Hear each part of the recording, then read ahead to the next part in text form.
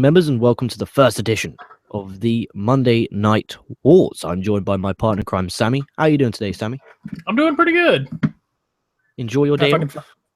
I did. I got to spend it with the kid. We went to the park again. We hung out. I fed him lots of junk food because he was going back to his mom. Life is pretty good. Nice. What did I do? I don't think I did anything. I watched the Raw, but I was so fucking annoyed because I had the day off, and then my girlfriend had to work.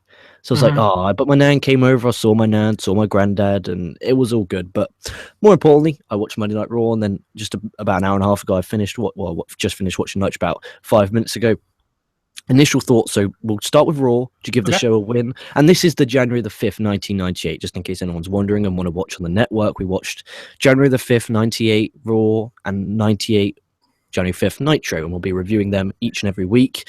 Obviously, if it's a pay-per-view, that will count as its own show. We're not watching a fucking pay-per-view and a Raw or Nitro, because that's just absolutely stupidly ridiculous. Yes. We'll be covering the pay-per-view, so we keep on track. So what were your overall thoughts of Monday Night Raw from the 5th of January, 1998? I really, really liked it. I did think there were some great things. There's definitely still some hiccups in there from an earlier era. But genuinely speaking, you can see where those things are starting to go out, and the new things are starting to come in. And I thought it was enjoyable. I thought it was a little rushed, and it felt really choppy in parts, kind of how TNA does. But I really enjoyed it. Yeah, me too. I mean, compared to the bullshit we're about to watch tomorrow, Jesus Christ. So listen to this. The commentators for the first hour, because they swap every 2 hours. The first hour was Jim Ross, Michael Cole, and Kevin Kelly. Now, let's break that down. So you got Jim Ross, who is now commentating for New Japan Pro Wrestling on Access TV. You got Michael Cole for WWE, and you got Kevin Kelly for Ring of Honor Wrestling. That's a lot of fucking talent. Yeah. Shit. And we've developed lots of great commentators the past few years, haven't we? Fuck me. Mm-hmm. Yeah. People from 18 years ago are still the lead commentators for the three main companies.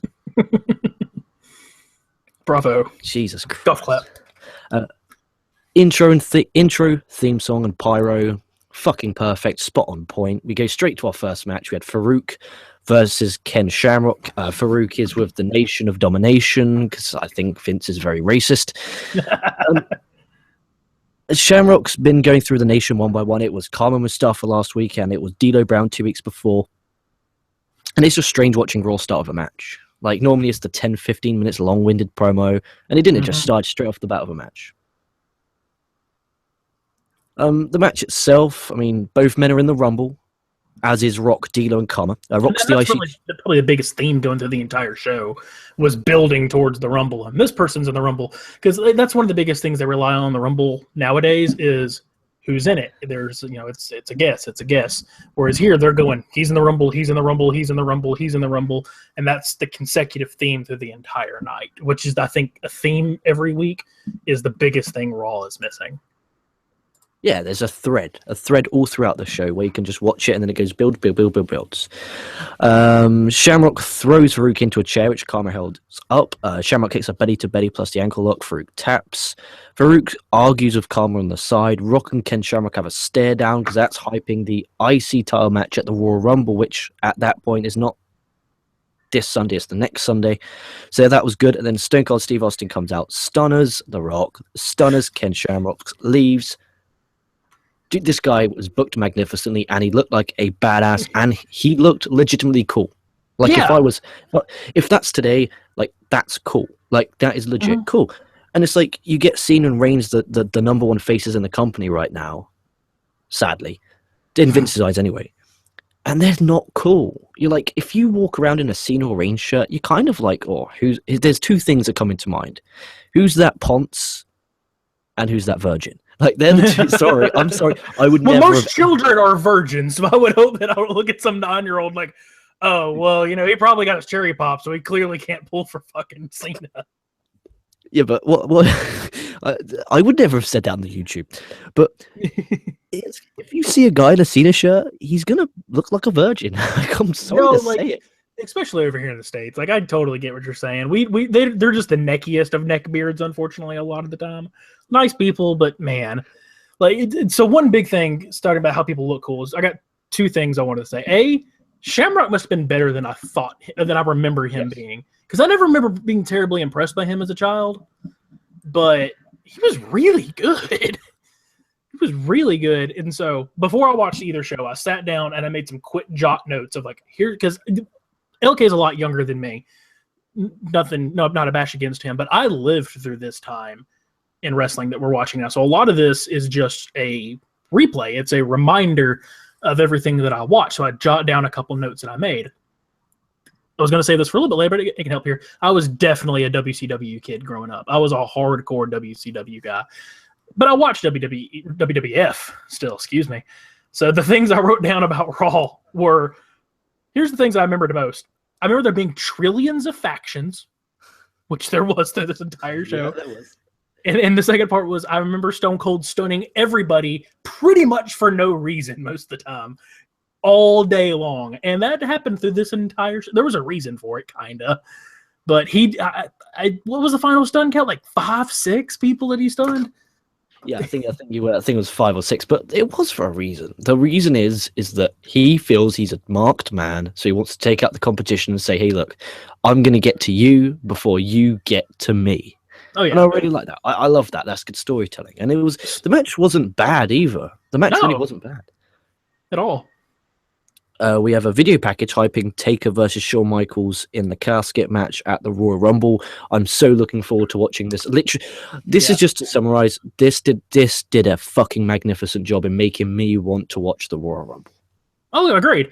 I agreed. Like again, because the theme was building up to the Royal Rumble, and even the beginning of the show, they laid out, minus the main event, they laid out the entire show for you. They went, "This is what's going on. Stick around if you want to see it. There's going to be some surprises along the way." So yeah, like I'm genuinely, because I have not seen this casket match. Haven't you? I have not actually. Okay. Again, I was a WCW kid, but I know who wins this Rumble. I don't want to say spoiler. Like we all know who wins. Like there's no point in bringing. Yeah, we all know who wins. So, but I'm excited to kind of see some of the other matches because I think some of those matches might have got lost in antiquity because of the winner of. This was one of those Rumbles that kind of gets to go to. Oh, Stone Cold wins. But I think there might have been a lot more happen this year.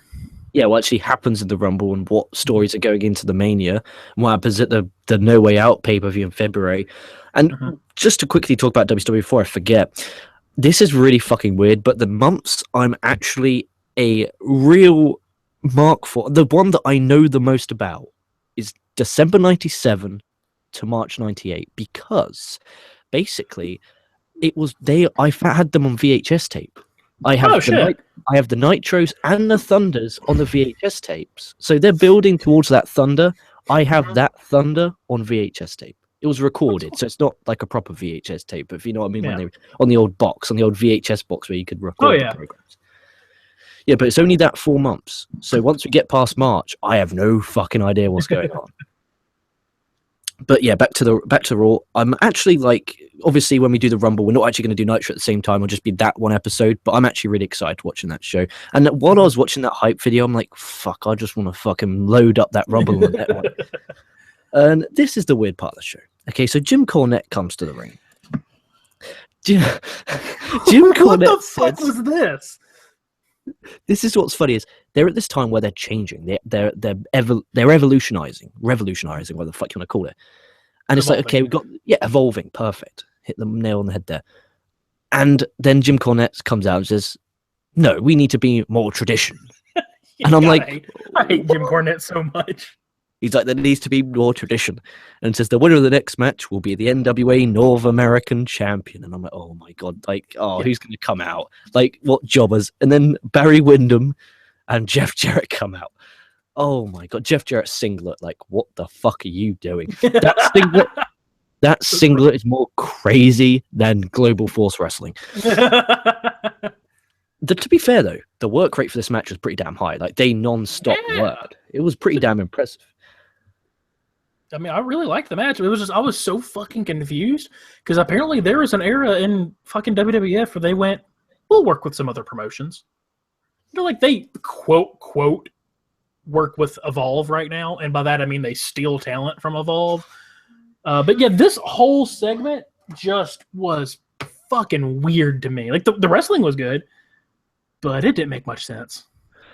So Jim Cornette hits Barry Windham with the tennis racket as he hits a superplex, which allows Jeff Jarrett to cover. He gets the win. Jeff Jarrett's your new NWA Northern American fucking jobber champ. Like, how many belts do they want? Like, I'm scared because they have the European, the NWA, the IC, the tag, and the world.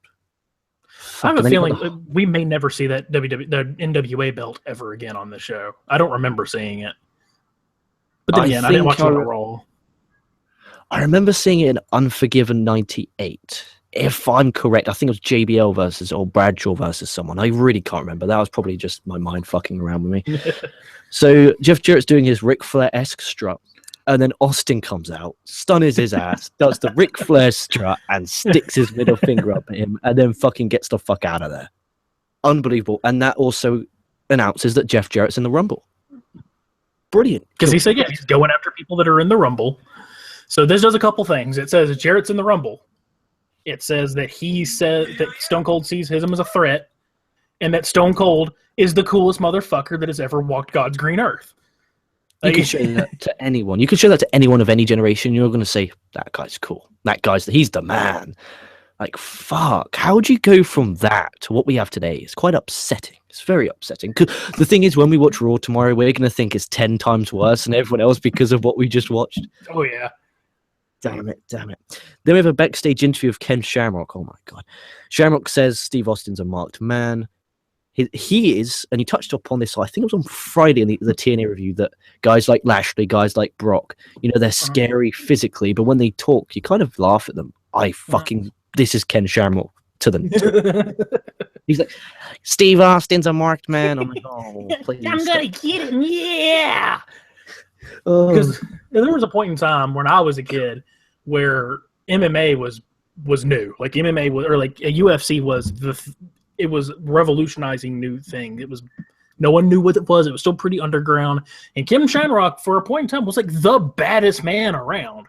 So it's kind of like what Brock Lesnar is today, but he didn't have his UFC matches rigged. He actually won them.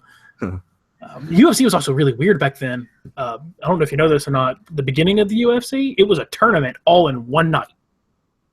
Shit! Every pay-per-view was a tournament. Yeah, they only did them every once in a while. It wasn't like every other month or something like that. Because there was one night that they did the tournament in Birmingham, and my buddy Fun Size was there, and Shamrock was the favorite to win, but he had to drop out because he beat some kid so bad that he broke both his hands beating him. Shit! Fuck. Yeah. So he was genuinely a monster of a human being. So going from that high to this low, you have Sniper and Recon from the Truth Commission versus from the DOA. So when I said that there was still some old era in here, people that like to think that everything about the Attitude Era was great, everything was perfect, nothing was wrong, it was the best. There was some shit in the Attitude Era for sure, and definitely some stuff left over from that previous very cartoonish era, and this was that dumb shit here, because this weren't good. Nothing about this was good. The match wasn't good, the gimmicks weren't good, the Jackal, like what the hell was this shit? Dude, that was awful. Like when he comes out and puts that little fucking Muslim doll. Yeah, like what the fuck was that? Like all of a sudden, like, oh, you're gonna go Hindu somebody, like this. Holy shit. Okay, goddamn, it was weird. Sonny was the ring announcer. For no Fuck reason. me sideways. No, I've seen her get fucked sideways. I have not. Thankfully, I refuse. But right here on January the 5th, 1998, if she had a Skype line, don't tell anyone, I'll be on that. Just everyone pause for just a second. Just give us 10 minutes. We'll be back. The match was what you'd expect. 8-Ball got the win with the DDT. Kurgan comes out. DOA beat on Kurgan until Kurgan just nose sells, and then the Truth Commission beat on DOA. Yeah, right. It was bad. Everything about this weren't good. It was so fucking weird. What sucks about it is now DOA are gonna have to get revenge on the Truth Commission. That's very upsetting. DX come out.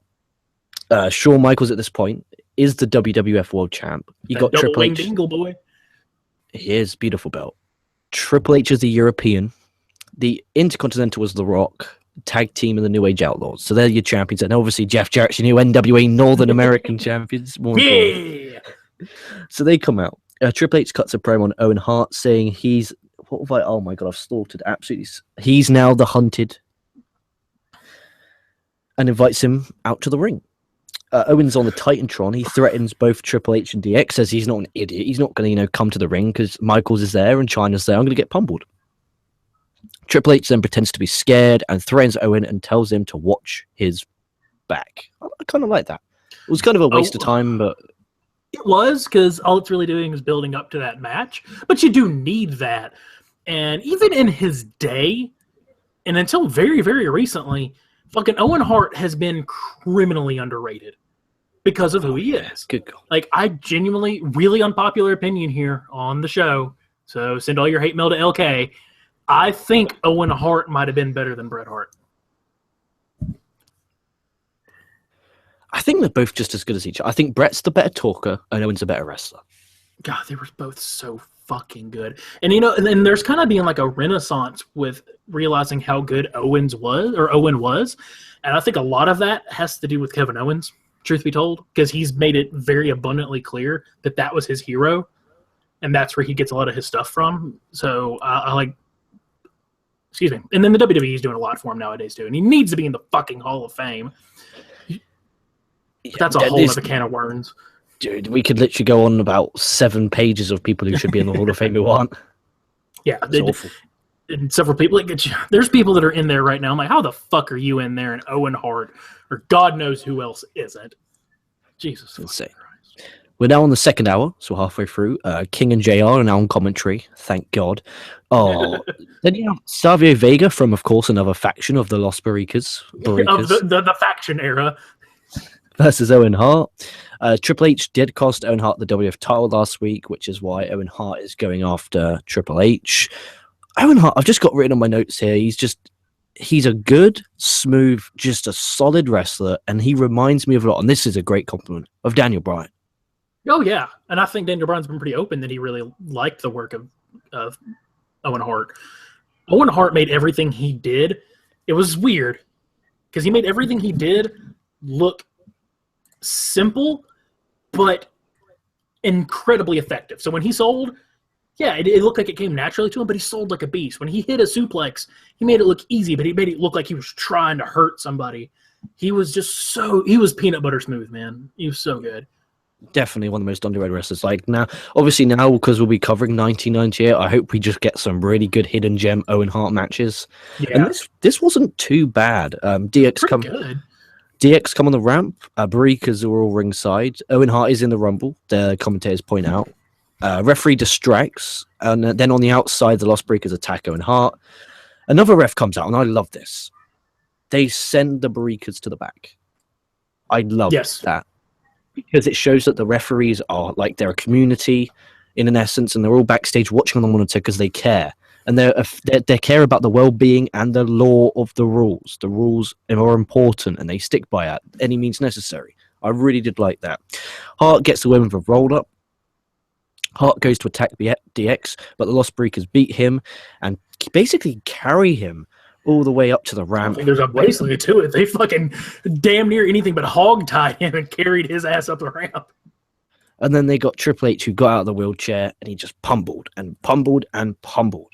Triple H then pays, and this was a lovely, lovely, lovely, lovely piece of written touch. He pays the Barricas as they walk out. Beautiful touch. Beautiful, beautiful touch. Because earlier on in the show, if you remember, Triple H says, watch your back. And then Barricas attacked. So it was his plan all along. Absolutely brilliant storytelling. Brilliant, brilliant, brilliant. Decent match. You got heat on DX. You got a little bit of heat on the Barricas. And you also got a win for Owen Hart. I see that as a win-win. Just perfect. That's how you protect. That is how, ladies and gentlemen, you protect multiple talents and teams in one match. Simple. And then in what was a very strange segment, but at the same time very awesome, Paul Bearer comes out.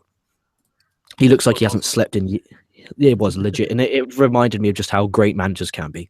He talks about. Basically, looks like he hadn't slept in days, and last week, Taker surprisingly saved Kane because Taker was babyface. Bearer says... first moment of the Brothers of Destruction. Very first. Bearer says he basically hypes and hopes, that Shawn Michaels destroys The Undertaker at the Royal Rumble. And he also says he despises the very air that The Undertaker breathes and says because of Undertaker, he's lost Kane. And his facials are brilliant. He looks like he's going to cry. Just a fantastic promo. Not only so fucking good. In one few lines, he hates Undertaker, wears Kane, and he hypes the Royal Rumble. Like, the guy is a genius. Like, he is the Paul Heyman of 1998. Oh, yeah. There was a point in time when there were multiple Paul Heymans roaming around wrestling. You had him. You had Rick Rude, who did some really good stuff. You had Ted DiBiase, who I always thought was really underrated as a manager, and we'll get into that in the WCW, even though we'll save it for there. Like, there was a bunch of really, really good managers, but I think sitting on top of that pile, I agree with you, was definitely Paul Bearer. Absolutely brilliant. I was so happy when I saw that. I was like, boom, this is what I'm talking about. Then we had backstage, we had Steve Austin attack Mark Henry. God damn Steve Austin. I loved him so much. There was a reason he's the most popular superstar of all time. Everyone loved him. How can you dislike this man? Like, this is not possible. Is there anyone out there who dislike Austin? Be completely honest. Send your hate mail to LK again. In all my years in watching wrestling, I genuinely don't know if I've ever met anybody that didn't like Austin. There's going to be one guy like, his wrestling ability is very limited. I don't like the way he does arm drags. He doesn't do anything off the top. And then I just want Stone Cold to come out and fucking stun him.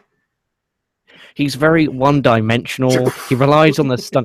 He buries talent. There's going to be There's somebody shit out there. There always is, isn't there? He was the fucking best, man. Because people forget, before he got his neck injury from Owen, he was a hell of a technician. Fuck yeah.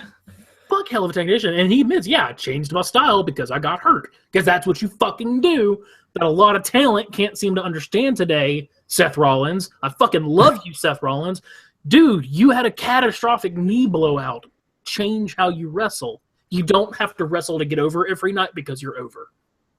Yeah, exactly. Bang, I was right on the money.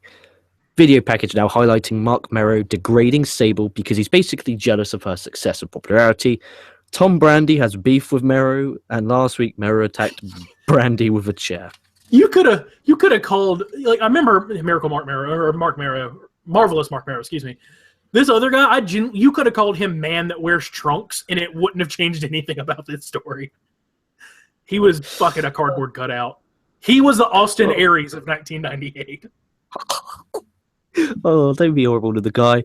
This was his claim to fame. Like, he's like, I should be in the Hall of Fame. I had a feud with Mark Mero in the early 98. And he'll get in there before Owen Hart does. Probably. Then we had Mark Mero versus Tom Brandi. Mero uses Sable as a shield, then attacks him. Out of everyone in the match, Sable was by far the most over out of everyone there. Everyone. Oh, yeah. And I feel that Sable kind of reminds me of Alana from now, but they should have turned Lana super, super, super babyface about a year ago when there was We Want Lana chants. Yeah, but what can you do with her now? Because it's not like Sable back in the day. You could have Sable go out there naked in bikinis, have a bikini contest. You can't do that now. No. So what's the point? But they were chanting. Well, you could have done it a year ago. That ship has sailed. Good God, I forgot how to speak English there for a second. And then there'll be people on the internet like, oh, she's not a very good wrestler. I think she's not a very good wrestler at all. I don't want to see her on my television screen. That's just going to be my answer to everything. Stone Cold comes out and stuns him. Mero hits a TKO, and then Steve Austin just stuns Mark Mero. Austin, this was amazing. This was just pure awesomeness. So Sable and Steve Austin, they lock eyes. He gives her the hey. She gives him the ho. And I tell you what, that was the biggest pop of the night so far. Those two locking eyes. That was the biggest pop of the night so far. Thunderous pop. Absolutely thunderous. And I like how he's still attacking people. Like, if this was Raw now, he would have done a one attack and they would have made it like the biggest deal since Bloody Austin won the title. Yeah. Here, they do it in every single match. Everyone. Literally, isn't it? He comes out and stuns somebody in every match, sometimes two, because you can't leave any stone unturned. No, it's just unbelievably brilliant. Match itself wasn't that great though. Like it's like a star kind of match. Yeah, And then it was completely forgettable. And then we had something very strange. Flash Funk versus Goldust. Okay, now this one Holy fucking shit. Oh my god. Like, I don't mean to cut you off, but ladies and fucking gentlemen, there's a good reason this segment has never been brought up on modern television. Do yourself a favor. Stop what you're doing right now. I don't care if you're brushing your teeth, fucking wanking it out, watching Friends. I don't care what you stop. Go to fucking WWE.com, go over to the network, pull up January 5th Raw, 1998, fast forward to this segment, and watch what he does. He comes out in blackface. I want to say that one more time in case you didn't hear me. He came out in blackface as if to insinuate that he was from a fucking minstrel show from 1870, came out in blackface. God damn, oh my, who thought this was a good, holy shit, this was amazing in the worst way possible. So he comes out, his face is painted black, his body's painted black, but his hands are white. Oh my god, like, Jesus, I'm really, oh god damn, like, my nieces are mixed, so I'm a little more sensitive than I used to be about these things, but god, it's like, if I was watching this, even as like a 9-year-old, 98, I'd have been like, the fuck is this? And he's come out who thought this was a good idea? Oh god, Goldust is in the Rumble match. The crowd is silent because they probably feel very awkward. Yeah, wouldn't you? Yeah, Steve Austin. Oh shit, we shouldn't make any noise. Ain't one way or another. I'm just gonna sit on my hands now. Wait for Austin. We'll wait for Austin. Luna Goldust manager just right in front of the ref just pushes Flash Funk off the top for a DQ. No reason why. They just Goldust hit the curtain call. Vader comes out, brawls with Goldust until Goldust runs away, leading to a Goldust versus Vader match at the Royal Rumble. Yeah. I wonder what he's going to wear that night. I'm looking forward to seeing what he wears at the Rumble. Jesus Christ. I hope he comes out in like a full-on hood at this point in time, because you can't get much more offensive than what you just did. Bloody brilliant. Then we had a video package of Steve Blackman, and Steve Blackman looked more badass than Roman Reigns. Yeah, didn't he though? Like, every time you hear modern WWE talk about Blackman, it's like, he was so bland. He was so bland. Here, he looked all fucking kung fu kick-ass. And it's, god damn it. Then we had the New Age Outlaws versus the Headbangers. They're promoting the Legion of Doom returning at the Rumble for the tag title match. New Age Outlaws, my opinion, 50 times better than Enzo and Cass. There you are. Send the hate mail to me. Don't care. I prefer the Outlaws to Cass. Outlaws do what Enzo and Cass do in the entrance. The difference is, I think Billy Gunn is actually a very underrated wrestler. Mm-hmm. Like, I'm a big Billy Gunn fan. Like, there is one of them, me and Billy Gunn's dad and mum. So I just think that they are better than Enzo and Cass. They are. Godwins are on the ramp for some reason. I have no idea why the Godwins are on the ramp. It wasn't explained at all. It was fucking weird. Gunn with a roll up to get the win. After the match, Cactus Jack and Chainsaw Charlie come out as the Outlaws get the fuck out of there. Chainsaw Charlie with a fucking full on chainsaw spinning it round. It was pretty good vision. Have I told you my theory on Mick Foley and Terry Funk, more so with Terry Funk? That whenever Terry Funk is Chainsaw Charlie and whenever he's Terry Funk, that he doesn't realize that he's in a wrestling match. Like, he was going to do that anyway. And it just so happened to be in a WWE ring. Now, you might appreciate this one. There's a video package highlighting the negotiators with Mike Tyson. So Don King, apparently the promoter of Mike Tyson, says they are so close to securing a deal with WWF and Mike Tyson, and Tyson will be at Mania 14 if the deal goes through. How big of a deal was this back in January the 5th, 1998? This was huge. This was genuinely, like, if you go back and watch the documentary they did, the Monday Night War, they will really get into it. But I mean, maybe it's different for you in Britain, but being over here in the States, this was a tremendously big deal. Mike Tyson was as hot as he had ever been. Like, he had gotten past the whole going to jail for rape and all that thing. I think he had gotten past that. He was, again, considered the baddest man on the planet. He was a beast. I mean, it was a gigantic deal. Gigantic. So great idea for bringing him in. No matter how much they paid him, great business. This was really, at the time, it's been really saturated nowadays because there is so many celebrities nowadays that are involved. At the time, it being Mike Tyson was a huge deal, but the fact that they were bringing in anybody was also a huge deal because, the whole idea of WrestleMania to begin with was that they brought in celebrities. That died down for several years. And then it started back up again. Lawrence Taylor, God bless him, from my New York Giants, was terrible. So that being said, it was a really fucking big deal. And I think one of the reasons that it was is that they spent so much money and so much time building up media and promotion for you that even if you didn't think it was a big deal, by the end of it, you thought it was a big deal. Okay, that's pretty cool. That's why it's good having young and, obviously, no offense, the older generation. Oh, no, I'm old as shit, dude. Well, I'm not old as shit. I feel old as shit on any given day. Then we have a video package highlighting Shawn Michaels versus Taker at Bad Blood 97 in the first Hell in a Cell match. Brilliant. And then our main events part of the night, we have the WWF champion Shawn Michaels come out. He's out alone. He looks drugged up. Okay, I'm going to say it. He looks I don't know what it is. He looks drugged up. His eyes are painkillers. His eyes are barely open. But he's still better than 3/4 on the promo. He's still better than 3/4 of every wrestler right now. Yeah, he was really messed up back there. Have you watched that documentary they did? That 12-part documentary from Monday Night Wars? I've seen bits. It's just it's really. I want to watch all of them. I want to watch all of them first, and then go back and go. Oh, I remember that bit. Because I don't want to watch it and then it spoil it for me. Because I always knew I was going to do one of these series. Okay. And that's completely fair. It was a little different for me because, again, I lived through that time. So I'm going back and oh, shit, I remember when that happened. Oh, shit, I remember when this happened. So it's when you get around to watching it, it's really good. It's one of the better things they've done in a long time. Okay, I'll give it a watch sometime. Shawn Michaels says he'll beat Taker at the Rumble and then demands that Taker to come out right now. Druids bring a casket. However, it's graffitied with DX and Suck It, which was graffitied last week. Shawn Michaels then says basically Triple H China, get out of there, get out of the casket. This isn't a joke. But then China and Triple H come out on the ramp. And then Taker's lights come out. And then the coffin opens up. And Taker drags Shawn Michaels into the coffin. There's a camera inside the coffin, which is all black, and then it cuts. End of show. What a superb way to end the show.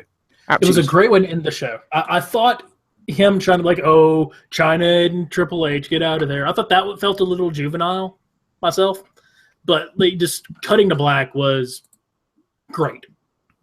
How from that are you not watching next week? You have to. Oh, yeah. There's so many questions. So you've got the Taker and Kane scenario with Paul Bearer. You've got fucking Austin stunning everyone. You got Michaels and Taker. You got Goldust coming out being black people. What more? God damn it. Why aren't you watching next week? Tell me why. And we're going to move on now to Nitro. So January the 5th, 1998 from the Georgia Dome. What a beautiful, beautiful, beautiful, beautiful building. Yes, magnificent. Beautiful.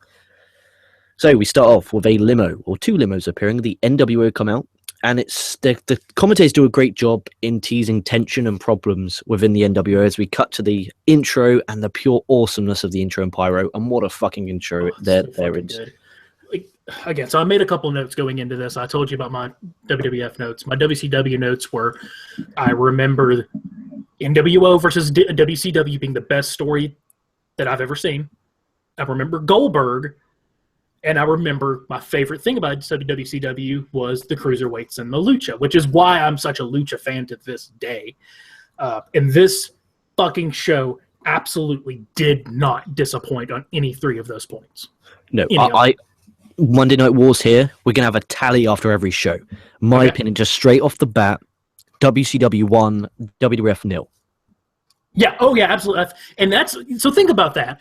We just, minus a couple of instances, just praised Monday Night Raw. WCW, if you watch them back to back like we did, WCW was amazing. Again, why are you not watching next week? Yeah, But it's brilliant. So we have Mean Gene. He's interviewing JJ Dillon, who's the executive whatever of the WCW committee. Gene questions who the world champion is, if it's Sting or Luger, as last week on Nitro, it went off the air without the finish. So no one knows the finish. JJ says on Thunder, everyone will see the footage of what happened, making you watch the debut of Thunder. How fucking brilliant was this? It's brilliant. And one of the things that made this so awesome when we were watching it back in the day, we're not as smart as we were today, but even if you were, you watched this and you felt that everything he said was truth. You felt like, oh yeah, there was some fucked up shit and there might be something going on. That's why we can't see it. That's what made WCW win for so many weeks. And this is prevalent the entire night. It felt real. Yeah, the WWE now are in this quote reality era, unquote. This is how you book reality TV. This is how you do it. To the giant. We open up with Jericho versus the US champ DDP. Jericho's scared of his pyro. That made me laugh. Jesus Christ, he was so fucking good. Still is to my mind, but God, he was so fucking good. He was. Jericho cuts a promo apologizing for attacking the ring announcer Dave Penza last week. Really nice, opening few minutes of the match until DDP hit a diamond cutter to get the win. I was really upset that this went this short. Like, I was literally really getting into this, but I understand it's TV, and I knew WCW are not very high on long matches. On their Nitro, on their fucking Nitro anyways, I blow your bloody brains out. They weren't. And even WWE packed more matches into 2 hours than Monday Night Raw does in 2 hours, which is a trade-off that sometimes I'll take. I will take fewer but longer matches as compared to shorter but more matches, depending on the night. It's a night-to-night basis. And Raw did that too, because Raw had a ton of matches, and there was definitely a ton of matches on WCW. And I'm with you. I wish this would have went along longer, because I love Jericho. And besides, and people argue with me on this, besides Sting, who is the icon of WCW, second to him, the second biggest icon of WCW was Diamond Dallas Page. I agree. His pop was... His was the second big. I'd say it went, at this point in January 98, it went Sting, Luger, Flair, DDP, Brett. Yeah. Eventually it's going to be, and this is no big spoiler, this happened 20 years ago, it's going to be Sting is always going to have your biggest pop. Yep. Goldberg, DDP. Yep. Yeah. They're the top three. If you said WCW, they're the three that come to your mind. Oh, absolutely. Easily. DDP's Smell Like Teen Spirit Nirvana song wasn't played. Obviously, the network don't have royalties or whatever the fuck it is. They're copyright, to use it. Man. That upset me a lot because I used to love DDP's. And if you don't know what that is, go to YouTube, type in WCW DDP Self High Five Theme. Play it. Fucking magnificent tune. Then we have Mean Gene interviewing again. He interviews some guy. I didn't write his name down. How unprofessional. It was some guy they found in a suit and like, come out here and say this. He says, if WCW wrestlers or NWA wrestlers, if they don't abide by the policies, they will suffer fine, suspension, or both. And he said that about 3 times. He was like, go out there and say if these wrestlers touch, they're going to be fined, suspended, or both. So he's like, okay, that's what I got to remember. Fine, suspension, or both. Like, he literally said it like 5 times. But again, the reality, you knew that guy. Like, now, watching now, who the fuck is that jabro? Yeah, who's some fucking dildo? But back then, it must have been like, who is this guy? Like, exactly. He felt important. And the story that dominated WCW for the entire time that I remember watching it was WCW versus NWO. Now, mind you, everyone had a fucking NWO shirt. Everybody. Because it was the cool thing to have. But anyway, everybody, every motherfucker in the world that watched WCW was a WCW fan. And they wanted that one to beat NWO. Because NWO were the bad guys. And you knew they couldn't take over because it was going to fail. It was like they would destroy the company.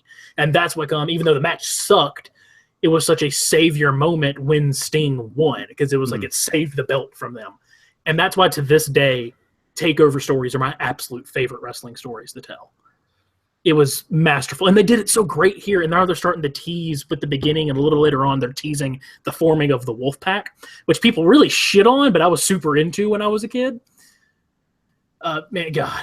It's one of those, like, I know if you could have been there and how giddy I was watching this and going back and being a fucking 9, 11-year-old kid again, It made me so fucking giddy. Speaking of Goldberg, we had Goldberg defeat poor Stevie Ray in a spear and a jackhammer squash. You know, it wasn't as much of a squash as I remember. It was a bit longer than I'll give you that. It was a bit longer, but I just felt sorry. Like Booker T, they're brothers and they just split up. Booker T last week beat Disco Inferno for the TV title. So you got Booker T now TV champion. You got poor Stevie Ray jobbing to Goldberg. Poor Stevie Ray. Yeah, it sucks. And I remember watching all these Nitros up until March. Mm-hmm. This was 5 years ago now. And I remember Stevie Ray not being featured at all. We're not going to see Stevie Ray again for a very long time. Yeah, I want to say he got injured or he was slowly rotating out to be backstage because he's a photographer now. That's what he does. He takes, he's one of the most prevalent wrestling photographers in the world. And he might have been transitioning to this at that time because he dropped out of wrestling way before Booker T did. And, I mean, they won the... Booker T has a promotion in Texas called Reality of Wrestling. They won the Reality Wrestling tag titles. That's quite funny. That's awesome. I love that. But about Goldberg, Goldberg, it's starting here. Goldberg will be the second biggest thing in wrestling really soon, only next to Stone Cold. It's not going to take long. He's going to be, and he wasn't that great of a wrestler. Everyone always brings up that the William Regal match, which was bad. It's real bad. But he was better than that on a given night. And even when he wasn't, you felt that he was so good at using his gimmick and covering up his weaknesses. That's what the majesty of Goldberg was. Yeah. And you felt that he was a monster and he was a fucking beast. I like that he was a good guy and he's getting cheered, even though he didn't want to be a good guy. He planned on being heel because he attacked fucking Stevie Ray before the bell rang.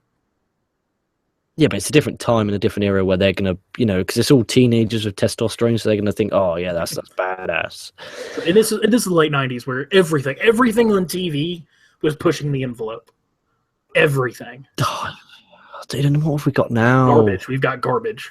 You've got, wrestling, and occasionally I'll watch a documentary, and that's about the end of it. I watch King of the Hill. That's the only thing I really watch besides fucking wrestling, as I've watched the entire series of King of the Hill 6 times.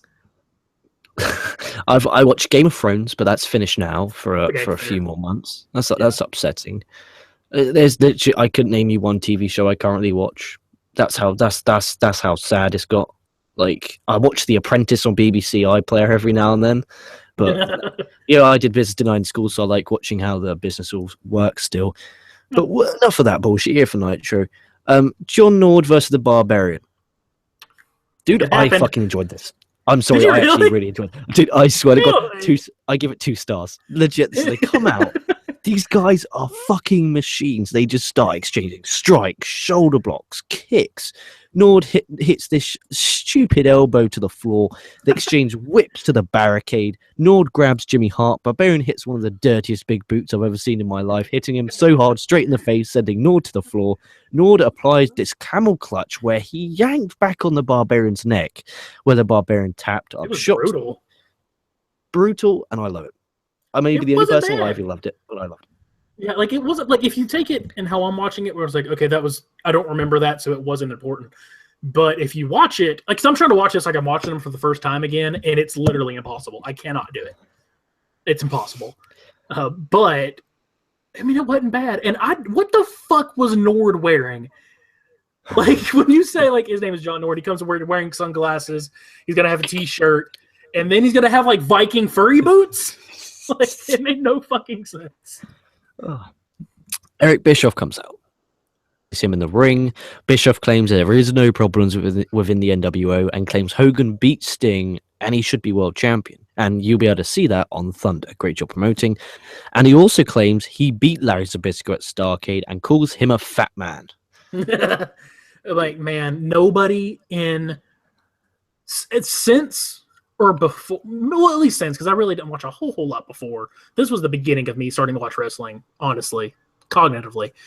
And I don't know if I've ever seen anybody quite get heat like Eric Bischoff did just for being Eric Bischoff. It was crazy the amount of heat he could get just by existing. It was insane. He literally got to the point where he said, "Look, I'm going to leave the ring because I can't hear myself talk." It was really, really good. Which is really probably true. It was true. It was a good promo as well. Oh yeah. We moved on to my match of the night. We had the number one contenders for the Cruiserweight title. We had Juventud Guerrero versus Psychosis. This is why I love Lucha, ladies and gentlemen. This is why I love Lucha. Dude, Lucha is one of those things where this time last year, it was like, I watched Lucha Underground and it's like, okay, I dig it. I like the high-flying action. But it's really fucking growing on me. It is. Like yesterday, I was looking up. I remember messaging you, and I was just looking up Lucha Libre companies and on YouTube and on the interwebs. And I remember seeing like Lucha Elite and just sitting there. I had no idea who these people are. I had no idea who these people were at all. And just sitting there for 10 minutes and just watching it. And I fucking love Lucha Libre. It's my favorite style. It is fastly becoming my favorite. I love strong style.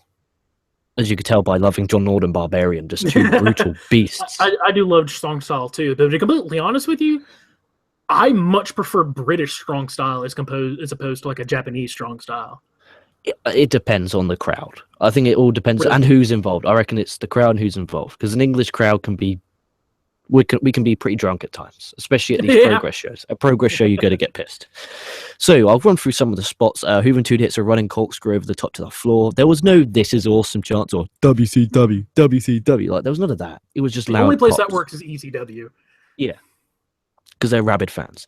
Psychosis hits a really nice spinning heel kick off the top.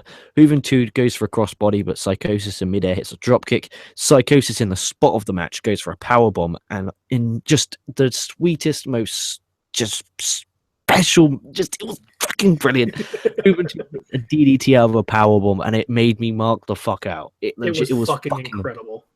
Awesome. And Hoovy hit the 450 splash off the top to get the win. Enjoyed that a fucking lot. That was a 3-star match for me. Bloody brilliant. Oh, easily. And genuinely, I didn't think about it until we started to do this, because I was sitting down and making some mental notes of like, okay, why was I such a WCW fan as compared to WWE or WWF at the time? And it dawned on me too at once, like, okay, one of the reasons that I liked it was because I liked the Luchadors. Holy shit, that's why I like Lucha Libre so much. That's why, again, I have that shit tattooed on me.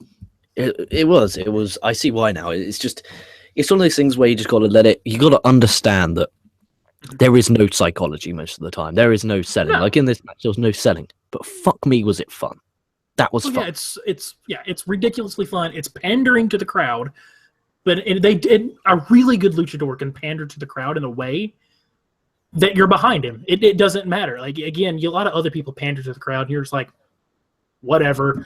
But if a really good luchador, and honestly at this point in time I would probably consider a Naito a modern day luchador or a Japanese luchador, he can pander and other people can pander, and you like it works because it's part of their character, it's part of the gimmick, it's part of the style. And then I'm going to do a bunch of crazy high flipping awesome crazy spots, and you're going to be on your feet the entire time, and it's Jesus Christ, fuck, I love Lucha Libre. Hoovy got on really well into the end with the 450. I thought the crowd got into it quite a lot. They weren't really into it at the start, but then once it got spot festy, they really got into it. Well, and you got to think how these people watching this show were thinking. Yeah, the Cruiserweight's being around for a long time, but for a lot of people, I'm willing to bet a large percentage, they've never seen Lucha Libre before. No. If you didn't live in Texas, New Mexico, or Mexico, you didn't see it.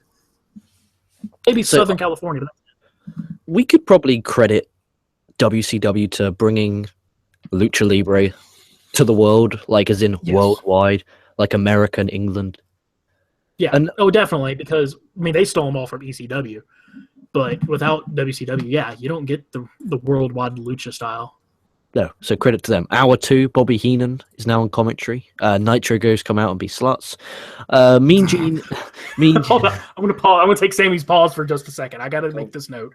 So I did make this note. Okay, I am fairly certain that the Nitro girls gave me my first boner as a child. Like I'm nearly convinced, because I very specifically remember that redhead, and even like fucking 20 years later, I'm like, hey baby, how you doing? So just letting you know out there, I'm fairly certain that's when I became a man. Mean Gene interviews the TV champ Booker T. Gene says Booker's defending his title against Prince Ikea. Booker waffles on. I can't understand a word the guy's saying. I'm sorry, I can understand a word. Really? Maybe because I've been raised in the South my whole life, but I mean, I understood it. like I'm used to clear English, where he was like, "I gotta tell you something." I was like, "Now can you dig that sucker?" Like I heard like respect for IKEA or something along those lines. It's just TV time match. Booker T, Prince IKEA, criminally short. Very, very short. Very short. Awful. Prince goes for a springboard. Booker hits a power slam in midair. Booker hit this fucking beautiful flipping leg drop off the top, as in a literally flip leg drop. Really nice. And it looked like Harlem Hangover. That was it. It literally looked like if he got that just like a little split millisecond away, he could have ended that guy's career. Just landed on his neck. It was really good. I always thought Booker T in WCW was better than Booker T in WWE. Oh yeah, much better. But just imagine sitting there taking that, just lying up thinking, please don't break my nose, please don't break my nose. Oh, fuck that. Then we had Buff Bagwell, Scott Norton, Conan versus the Steiners and Ray Traylor. Scott Steiner in black hair is very funny. I'm sorry, I got a chuckle out of it. This was the first WCW versus NWA match of the night. Scott Steiner just snaps, kicks the shit out of Conan, and then spits at Buff Bagwell. I really do not like spitting in pro wrestling. I hate it. I despise it. And I don't know if you're on the shows. I think I might have said it earlier on in the week. I went on a rant on one of the shows about spitting. I think it was the New Japan review. I just went on a rant. Like, it's so disgusting. Like, I don't care how much you hate someone, you would never spit on them. I've hated a couple people. But would you spit on them? A couple of them, I wouldn't piss on them if they were on fire. Yeah, but you get what I'm saying. I think it's just no, I get you. That's maybe the way, because obviously when you were brought up, this is what you were used to, like accustomed to, and this, you're like, oh, okay. But whereas now, it's like in wrestling, you don't really see that very often. So going back 18 years, it's kind of like, oh, what the fuck? That's disgusting. And at this point, I would have been 1 year and not even 1 month born yet. Jesus fucking Christ. Just not born, sorry. I would have been 1 year old and not even 1 month. Oh, good God almighty. December 96 is when I was born. Fucking Christ. Insanity. This would have taken place 4 days before my 10th birthday. 10th birthday. Yeah, fuck you. You son of a bitch. You're only 9 years to my senior. Yeah. It's not that bad. No, but it feels like 15. Oh, where are we here? We are Buff Bagwell match. Chaos all 6 in. Steiner hits a Steiner screwdriver, but the story of the matches, Scott had him up for the Steiner dog gimmick, the bulldog off the top, but he just hit an electric chair and hit his Steiner screwdriver. I feel like this and didn't let Rick. No, I think Rick didn't hit the bulldog off the top, and then the commentators teased, why didn't Scott allow Rick to hit the bulldog off the top? Why did he get the win himself? Like, obviously, do you know what happens? Super Bowl 8. Okay, I don't want to ruin it. Okay, I said, these are the 3 20 years ago. You can go ahead and ruin it. Okay, right. Basically, this is the start of the tease now, where Scott Steiner starts slowly turning and joins the NWO at Super Bowl 8. I just realized I ruined it for people who have never watched Monday Nitro now. Go fuck themselves. It's been 20 years. It's like when people are like, don't give me fucking spoilers to The Hobbit. Wait. That shit came out in 1935. Go fuck yourself. You've had time. How annoyed would I be if in a few months' time where I haven't watched Nitro and you tell me you wins? Dude, I apologize, ladies and gentlemen. I will not do it again. Scotty Steiner does turn at Super Bowl 8. Hopefully you forget or haven't got this far into this podcast yet. Fingers crossed. Or you can go by Sammy's logic and just eat the biggest bag of dicks because you've had 20 years. Well, Steiner joins the NWO anyway. Well, I mean, I do, but I've never been a big... After a certain amount of time, to me, spoilers don't matter anymore. Like, if someone spoiled... I didn't see fucking The Sixth Sense for like 10 years and someone told me what happened. I was like, oh, okay. Because it's my fault. Yeah. I should have fucking watched it if I wanted to watch it. Let's face it. If they've signed up for VIP, they know wrestling. Exactly. They know wrestling. Because they're subscribed to wrestling-specific podcasts. Like, of course they're going to know wrestling. Morons. But I love this. You're slowly but surely turning. You're slowly but surely turning. It's bloody brilliant. Then we had Brad Armstrong versus Rick Martel. This is Rick Martel's WCW debut, or Nitro anyway. Tenay does a really good job, in my opinion, of making this match seem important, talking about, whoever wins this could, move up the rankings in WCW. I really like Tenay, and I think he's a great commentator. He needs to be back at TNA. Tony Schiavone is probably my favorite announcer of all time. Really? Tony Schiavone? I'm a Mike Tenay guy. My favorite announce team, minus Kevin Kelly and Steve Corino, is Mike Tenay and Don West. Really? Dude, I love that shit. Like, Don West is marking out, Tenay is screaming some wrestling knowledge from 1922. Like, dude, it's brilliant. It's pretty brilliant. This match, Tony Schiavone was genuinely one of my favorites. Probably my favorite. He works at a Starbucks now. Are you serious? I am being so sorry. He works at Starbucks. Like, not at like a higher up. Like, he's just like a barista somewhere. He is a barista at a Starbucks. And if you don't believe me, you can look it up after this show. Absolutely brilliant. God. Imagine that getting served. Can you please say this is the greatest coffee in the history of this sport?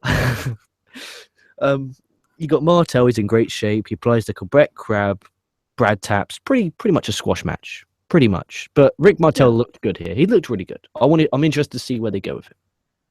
Then we have Chris Benoit and Steve Michael versus... Chris Benoit. Is that going to be our recurring joke? We're talking about Chris Benoit. Chris Benoit and Steve McMichael versus Saturn and Scotty Riggs. Last week, McMichael... Used to love Raven's Flock as a kid. That was one of my favorite factions. For some fucking reason. They were terrible. I loved Raven, but like the whole flock and within itself was pretty shit. I think Kidman was good. Kidman and Raven were good. Kidman and Raven, and sometimes Saturn were it. Everyone else was like, it was like kind of NWO, and eventually there were just people that they joined, and they never said how they joined, and never said who they were. They're just kind of a body wearing a shirt, which is what happened to the NWO. There were just like eventually 19 people. Oh, I hate talking about Benoit because of just what happened. But I'm watching this as you got to be careful how you word this, because I could picture someone going, "Oh, fuck this guy, unsubscribe." Yeah, like I think Chris Benoit, the human, I don't want to talk about. Yes, but as I'm analyzing and breaking down his wrestling match, I think he is. I don't say, in fact, he is my favorite professional wrestler of all time. That's fair. Okay, and that's completely fair. Anyone that wants to fucking give us hell about that, do two things. Listen to what we're saying. And I'll go ahead and say this for both of us. If any of these reviews... Dude. Stop. Cut. Dude, say that again. Okay. No. It completely cut. Okay, that sucks. Wait, go. Okay. So this, for both of us, whenever we watch these matches from now until eternity, whenever we talk about Chris Benoit, we are talking about Chris Benoit, the professional wrestler. I'm not going to talk about his personal life and what happened. I don't think LK is going to talk about it. It's not worth getting into. Don't give us hell about it. Listen to what we're saying. This is about, and you can separate the two, Chris Benoit, the professional wrestler. So I think it's completely cool for you to say that he's your favorite. It is, and it's like you don't go around bragging, okay, Chris Benoit's my favorite pro wrestler of all time, but in the end of the day, that guy he's fluent, he's smooth, everything he did in that ring looked like he wanted to kill, oh, fuck's sake, he wanted to... I just went on this tirade and fucking defended you, and then you pulled this bullshit. Oh shit! Yeah. There we are, getting emotional. He is one of the most fluent, crisp, smooth, psychology-based storytelling legend. Mm-hmm. He will not be in the Hall of Fame. I know that. Okay, I'm not an idiot. And the people out there who think he'll be in the Hall of Fame, shut the fuck up. You're wasting valuable oxygen. Yes, and genuinely, he probably doesn't deserve to be in it. No, unfortunately.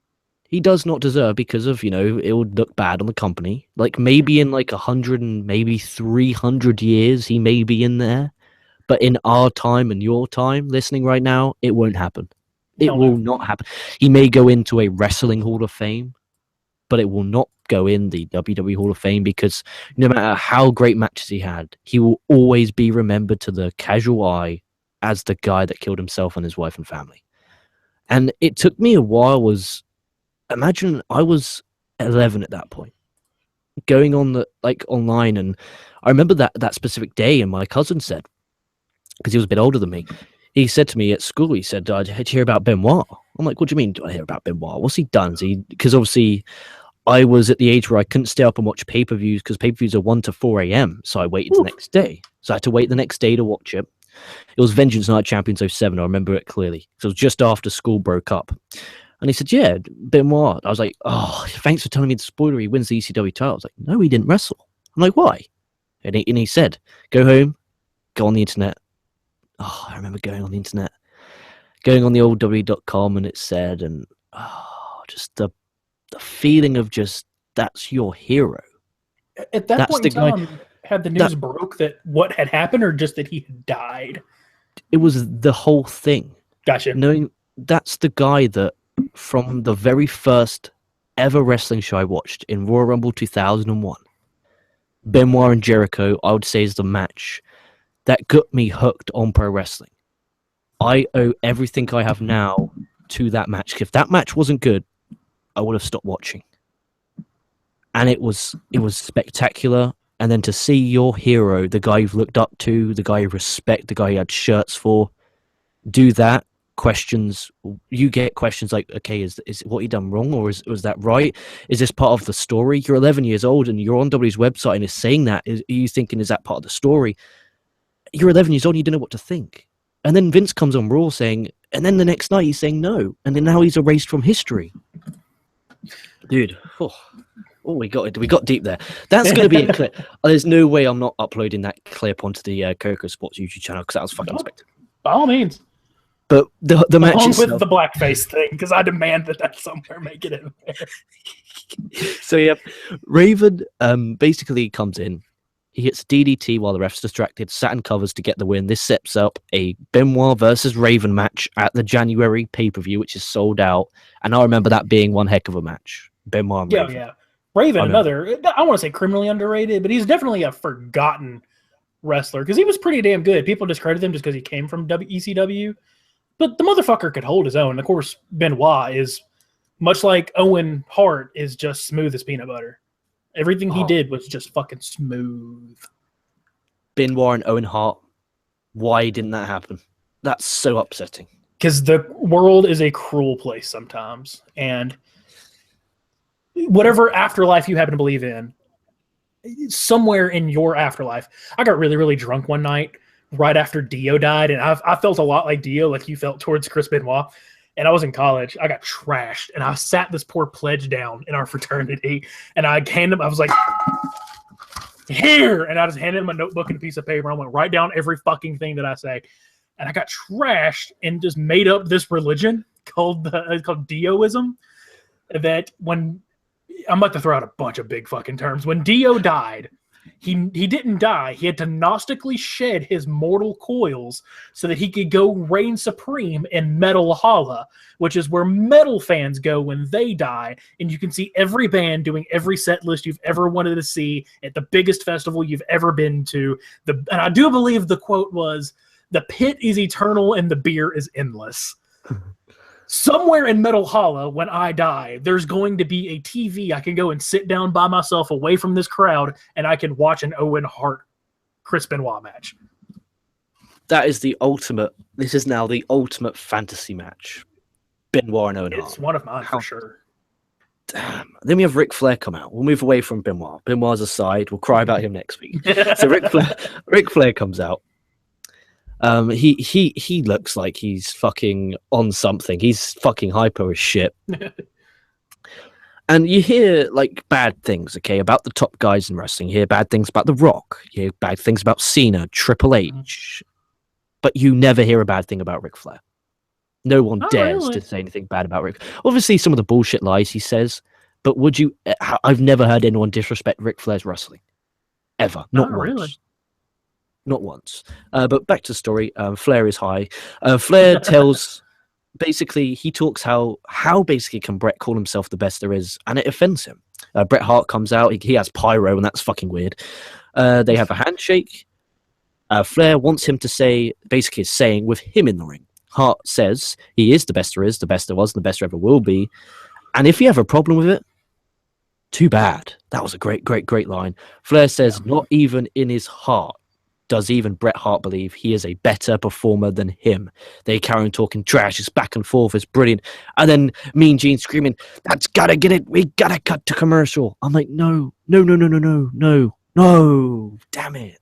It was fucking awesome. Then Mean Gene cut it. That was awesome. Like, it was great. It was you to cut the tension with a knife. It was two great promos, cutting two great promos at each other.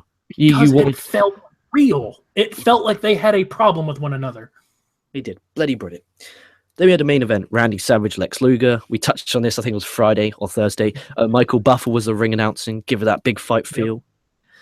What have I got here? JJ Dillon sends Nick Patrick to the back, because obviously he did the fast count at Starrcade. Lex Luger, I love his theme. That's it. That's about all you get to say about Lex Luger. He had nice tights. That's about the end of it. He didn't even have that. It was just black. Bagwell and Norton beat on Luger behind the ref. Crowder mega behind Luger, which is weird because you see loads of NWO shirts, but they're all behind the WCW people. This, by the way, was one of the best booked things I've seen in a few years. Savage uses Liz as the shield and attacks Luger. Luger does an inside cradle to get the win, and then this was brilliant. So after the match, Savage gets to hit Luger with a chair, but Bischoff comes from behind, pulls the chair out from Savage. Savage doesn't realize that's Eric Bischoff, so he turns, swings, he decks Eric Bischoff. Remember, Macho Man is the NWO. He decked the NWO's boss. It's Eric Bischoff. Hogan comes out. Hogan argues with Savage, like, what the fuck are you doing? What are you doing? Nash then comes and decks Savage from behind. Hogan's talking to Nash, like, what the fuck are you doing? Savage then wants to go after Nash. Hogan's like, no. He's not our enemy.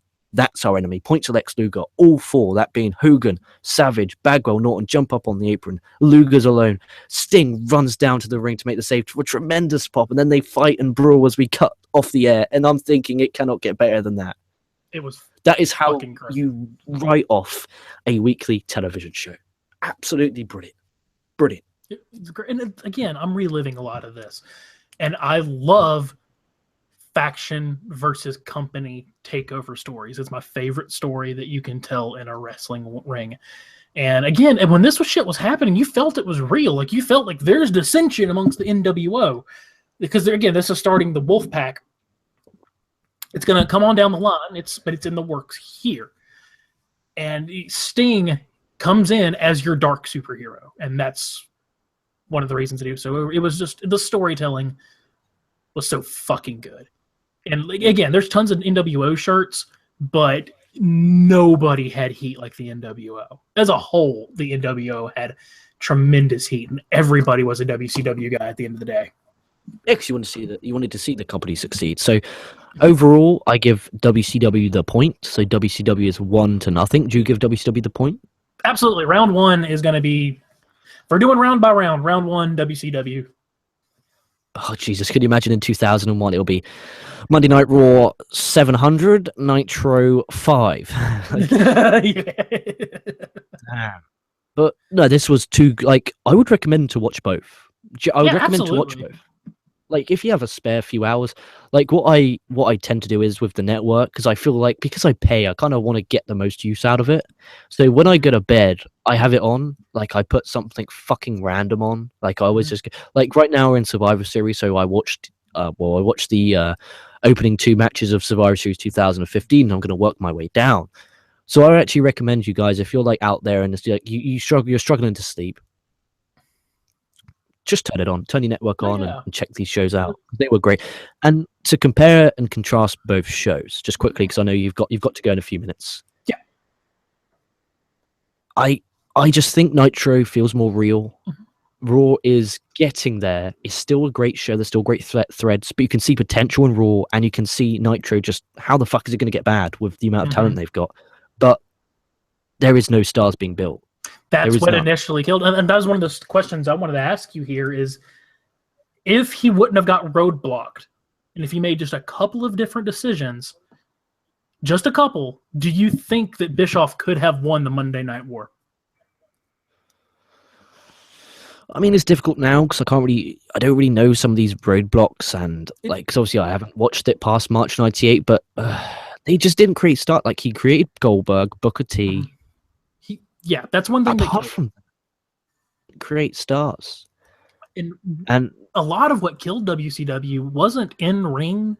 It wasn't even behind the stage. It was financial backing from CNN and TNA and Turner and AIM, American Online. That eventually is what killed them, which is why those are the roadblocks that I'm referring to. So I mean, they could be around now still, but if they weren't around, would TNA be around? That's the question. Probably not, because Jeff Jarrett would still be wrestling for WCW, and he wouldn't have created TNA. So TNA probably would be around. But with Nitro, you could have said, "Hey, look, we competed with Raw. You know, they could have got that big TV deal again. You know, if imagine if WCW got on Spike. You know, because it's the brand fact. The brand of TNA is what makes TNA not very popular. Mm-hmm. But who knows? Who knows? That's for a different time, for a different show. But we've waffled on now for nearly 90 minutes, breaking down 1998, January the 5th Nitro, and 1998, January the 5th Monday Night Raw. So thank you so much for joining me. I know you've got to go very shortly. Yep. Thank you for listening all the way through, VIPs. Hope you enjoyed this show exclusively for you guys. Every single part of it, minus the Benoit talks. I'm going to dump that on the KocoSports YouTube channel because, damn, it was good. Thank you very much, VIPs. Thank you, Sammy, for joining me. Thank you for watching the shows. Thanks for being my partner in crime, as always. Go sort out your kid. Stay safe, stay well. Fuck those clowns. Fuck the Benoit haters. Stay safe, stay well. We'll be both catching your asses down the line.